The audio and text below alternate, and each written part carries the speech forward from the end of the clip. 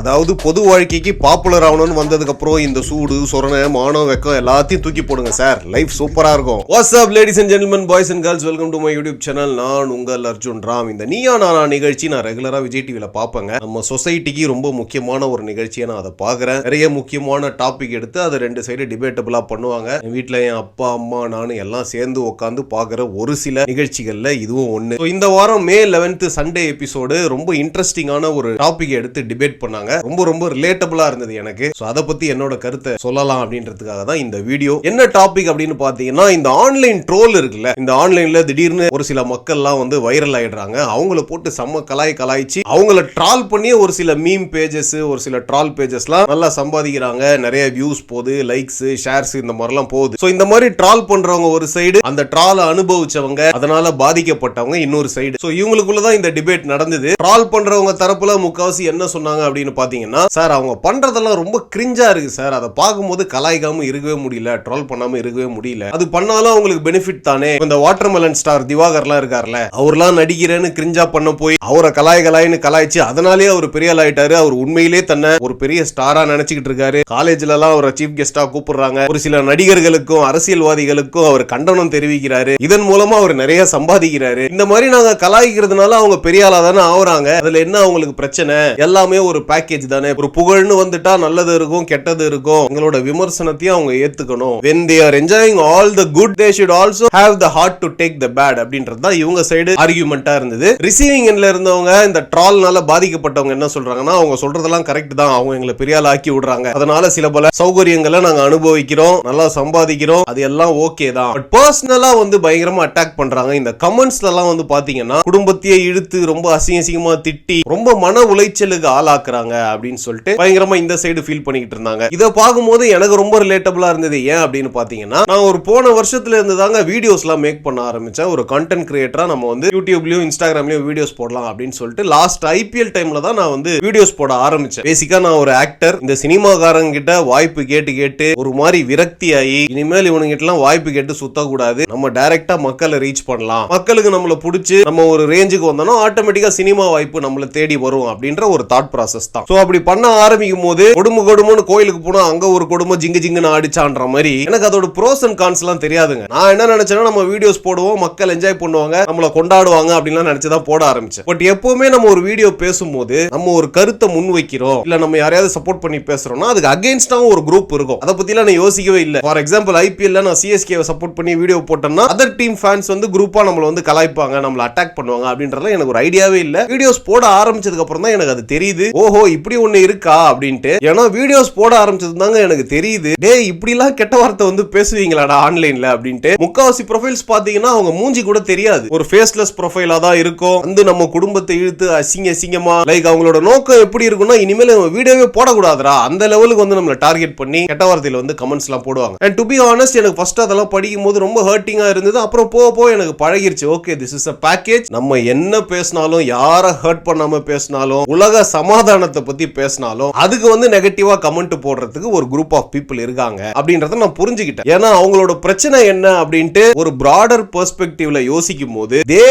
have their own frustrations. அவங்க லைஃப்ல அவங்களுக்கு இருக்கக்கூடிய இயலாமை தான் இப்படி கமெண்ட்ஸா வருது அப்படின்ற பக்குவம் எனக்கு ரொம்ப சீக்கிரமா புரிஞ்சிருச்சுங்க. இந்த டிபேட்ல நீயா நானா டிபேட்ல கூட அவங்க பேசும்போது, நிறைய பேர் பேசும்போது அந்த கருத்து வந்து இந்த ஒரு மையப்புள்ளிக்கு தான் வந்தது. and also director Amudhan sir வந்து ஸ்பெஷல் கெஸ்டா இந்த நீயா நானால பேசியிருந்தாரு. தமிழ் படம் அந்த மாதிரி ஸ்பூஃப் படங்கள்லாம் எடுத்தவர் செம்ம கலாய்ச்சிருக்காரு. ப்ரீவியஸ் படங்கள் எல்லாம் போட்டு தளபதி இந்த மாதிரி ஃபேமஸ் படங்கள் எல்லாம் செம்ம கலாய்ச்சி ஒரு டிஃபரண்ட் ஜானர் ஆஃப் மூவி கொடுத்தவர் அமுதன் சார். சோ அவர் வந்து என்ன சொல்றாரு அப்படின்னு பாத்தீங்கன்னா, ட்ராலிங் அப்படின்றது பேசிக்கா ஒரு செல்ஃப் ஹேட்ல இருந்து வரக்கூடிய ஒரு விஷயம் தான் இந்த ட்ராலிங் அப்படின்ற கலாச்சாரம், இந்த கல்ச்சர். ஒருத்தனுக்கு வந்து தான் மேல இருக்கக்கூடிய வெறுப்பு, தன்னை சுத்தி நடக்கக்கூடிய நிகழ்வுகள்ல இருக்கக்கூடிய வெறுப்பு, அதை வெளியே காட்ட முடியாம அவனுக்குள்ள வந்து பொத்தி வச்சு இந்த மாதிரி ஆன்லைன்ல அதை எப்படியாவது வெளியே கொண்டு வரணும் அப்படின்ட்டு தான் சம்பந்தமே இல்லாம இந்த மாதிரி பீப்புளை போய் அட்டாக் பண்றாங்க. அது அவங்களுக்கு ஒரு வகையான ஒரு சைக்காட்டிக் பிளஷரை கொடுக்குது அப்படின்ற மாதிரி அவர் சொல்லியிருந்தாரு. என்னோட புரிதலுமே அதுதாங்க. அவனுக்கு வீட்டுல பொண்டாட்டியோட பிரச்சனையா இருக்கலாம், அப்பா அம்மாவோட பிரச்சனையா இருக்கலாம், காசு பிரச்சனையா இருக்கலாம், மன ரீதியா நிறைய பிரச்சனை இருக்கலாம், தன்னோட லுக்ஸ் நம்ம ரொம்ப வந்து ஆவரேஜ் லுக்கிங்கா இருக்கும், நம்ம நல்லா இல்லையோ பார்க்க, அப்படி இப்படின்னு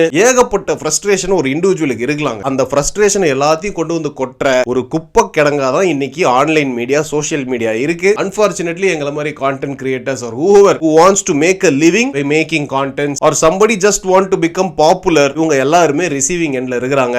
கான்டென்ட் கிரியேட் பண்றவங்க, வீடியோஸ் மேக் பண்றவங்க, பொதுவெளிக்கு இந்த மாதிரி வர்றவங்க ஒரு விஷயத்தை நல்லா புரிஞ்சுக்கணும். நம்ம ஒரு கருத்து சொன்னோம்னா அதுக்கு எதிர்மறையான கருத்துகள் வரும், நம்ம மேல விமர்சனம் வரும். நீங்க பண்றது நல்லா இருக்கு நல்லா இல்லன்னு ஒரு 4 பேர் சொல்லுவாங்க. அது எதையுமே பர்சனலா எடுத்துக்க கூடாது. But people are crossing the line. நம்மள பர்சனலா அட்டாக் பண்ணுவாங்க, அசிங்கமா பேசுவாங்க. எல்லாத்தையுமே இக்னோர் பண்ண கத்துக்கங்க. ஏன்னா அவங்க அப்படி பேசுறதுனால நமக்கு அது ஷேம் கிடையாது. அப்படி பேசுறவங்க தான் வந்து அதை ஷேமா எடுத்துக்கணும், அவங்க தான் மனம் வருந்தணும். பட் ஃபார் சம் ரீசன் அவங்களுக்கு என்ன பிரச்சனையோ பாவம் இப்படி வந்து ஒரு 4 கமெண்ட் போறதுனால அவங்க பெட்டரா ஃபீல் பண்ணிட்டு போட்டுமே, we will be the bigger person. அதனால ஒன்னும் குறைஞ்சு போயிட போறது இல்ல. yes it will take a while to get adapted. எனக்குமே கொஞ்ச நாள் ஆச்சுங்க. பட் அதை நான் வேற மாதிரி டீல் பண்ண ஆரம்பிச்சிட்டேன். இந்த மாதிரி வந்து கெட்ட வார்த்தையில கமெண்ட் போடுறவங்களுக்கு அவங்கள மாதிரி கெட்ட வார்த்தையில திட்டி ரிப்ளை பண்ணாம ஒரு படிச்சவ மாதிரி ரிப்ளை பண்ணி இந்த மாதிரி அவங்க பண்றது தப்புன்னு அவங்களுக்கு புரிய வைக்கிறதுக்காக நான் ஒரு வகையா இந்த சிச்சுவேஷனை டீல் பண்ண கத்துக்கிட்டேன். அதுக்கு ஏத்த மாதிரி ரிப்ளை பண்ண கத்துக்கிட்டேன். ஒரு சில பேர் மனம் வருந்தி சாரி எல்லாம் கேட்டிருக்காங்க என்கிட்ட. ஏன்னா பேசிக்கா இந்த மாதிரி கமெண்ட் போடுறது ஏன் அப்படின்னு பாத்தீங்கன்னா there are no repercussions. இப்ப யாராவது ஒருத்தர் நமக்கு முன்னாடி நிக்கிறாரு, அவர் நமக்கு பிடிக்கல, நம்ம ஏதாவது சொன்னா அவர் நம்மள திட்டிடுவாரோ அடிச்சிடுவாரோன்ற பயம் இருக்கிறதுனால தான் நிறைய பேர் அமைதியா போவாங்க. பட் ஆன்லைன்ல அந்த பிரச்சனை இல்ல. முக்காவாசி செலிபிரிட்டிஸ்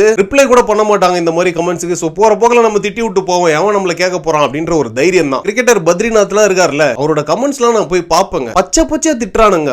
அவர் கொஞ்சம் சிஎஸ்கேவை பயங்கரமா சப்போர்ட் பண்ணுவாருங்க. அதனால இருக்கக்கூடிய கடுப்புல ஆர்சிபியை வேணும்ட்டே அவர் வந்து டார்கெட் பண்றாரு அப்படி இப்படின்னு ஒரு கமெண்ட்ஸ் எல்லாம் போய் பாத்தீங்கன்னா நமக்கு மனசு வலிக்கும். அந்த மாதிரி இருக்கும். இதெல்லாம் பத்ரிநாத்துக்கும் தெரியாம இல்ல, அதெல்லாம் தெரிஞ்சு இக்னோர் பண்ணிட்டு இருக்காரு. இந்த மாதிரி வந்து அவங்க கமெண்ட் போட வீடியோஸ்க்கு வந்து வியூஸ் போய்கிட்டே இருக்கும். அவங்க பெரிய ஆளாயிட்டு தான் இருக்காங்க, அவங்க நல்லா ஏர்ன் பண்ணிக்கிட்டு தான் இருக்காங்க. சோ நம்மளுமே ஒரு கான்டென்ட் கிரியேட்டர் ஆகிறோம், வீடியோஸ் பண்றோம் அப்படின்னா அந்த மனப்பக்குவத்தை ஃபர்ஸ்ட் நம்ம வளர்த்துக்கணுங்க. இல்லைன்னா நம்ம க்ரோ ஆகவே முடியாது. இங்க பாருங்க, நம்ம எவ்வளவு நல்லவனா இருக்கலாம், நல்ல கருத்துக்களை நம்ம வீடியோஸ்ல பேசலாம். என்ன பண்ணாலும் கெட்ட வார்த்தையில கமெண்ட் போட ஆள் இருக்குங்க, நம்மளை ஹேட் பண்ண ஆள் இருக்குங்க. கடவுளை ஹேட் பண்றாங்க, எம்எஸ் தோனியை ஹேட் பண்றாங்க, தல அஜித் குமார் ஹேட் பண்றாங்க, ஏஆர் ரஹ்மானை ஹேட் பண்றாங்க. இந்த மாதிரி ஜெம் ஆஃப் பீப்புளை கூட ஹேட் பண்ண ஆள் இருக்கு. அதனால பிரச்சனை நம்ம கிட்ட கிடையாதுங்க. அதை மனசுல நல்லா ஏத்திக்கோங்க, மைண்ட்ல நல்லா ஏத்திக்கோங்க. Don't take everything personal. இது எல்லாத்தையும் தாண்டி தான் நம்ம வளர்ந்து வரணும். நம்ம நினைக்கிற இடத்துக்கு நம்ம போய் சேர முடியும். சோ மனசை இரும்பா வச்சுக்கணும். ஓகே. அண்ட் இந்த மாதிரி ஃபேக் ப்ரொஃபைல்ல யாராவது இந்த மாதிரி கமெண்ட் போடுற ஆட்களா இருந்தீங்கன்னா கொஞ்சம் பார்த்து போடுங்க. ஏன்னா சில பேருக்கு வந்து வாழ்க்கையை வந்து டிசைட் பண்றது இந்த மாதிரி விஷயம் தான். நீங்க சொல்ற ஏதாவது ஒரு விஷயம் அவங்களை பயங்கரமா அஃபெக்ட் பண்ணி அவங்களோட கான்பிடன்ஸ் சுத்தமா நொறுக்கலாம். சில பேர் இனிமேல் வீடியோஸ் போடுறதே டோட்டலா நிறுத்திடலாம். ஒருத்தங்களோட கரியரை மேக் பண்றதும் பிரேக் பண்றதும் உங்க கையில தான் இருக்கு. நீங்களும் கொஞ்சம் வகத்தொகையோட கமெண்ட் போடுங்க. சோ இந்த மாதிரி வண்டையா கமெண்ட் போடுற ஆட்கள் இருந்தீங்கன்னா ஒருவேளை உங்க கண்ணில் இந்த வீடியோ மாட்டுச்சுன்னா சின்னதா ஒரு லைன் வச்சுக்கோங்க. அந்த லைனை கிராஸ் பண்ணி யாரையும் அசிங்கப்படுத்தாதீங்க, ட்ரால் பண்ணாதீங்க. ஒரு சின்ன சோஷியல் ரெஸ்பான்சிபிலிட்டி உங்களுக்கும் இருக்கட்டும் அப்படின்றது என்னோட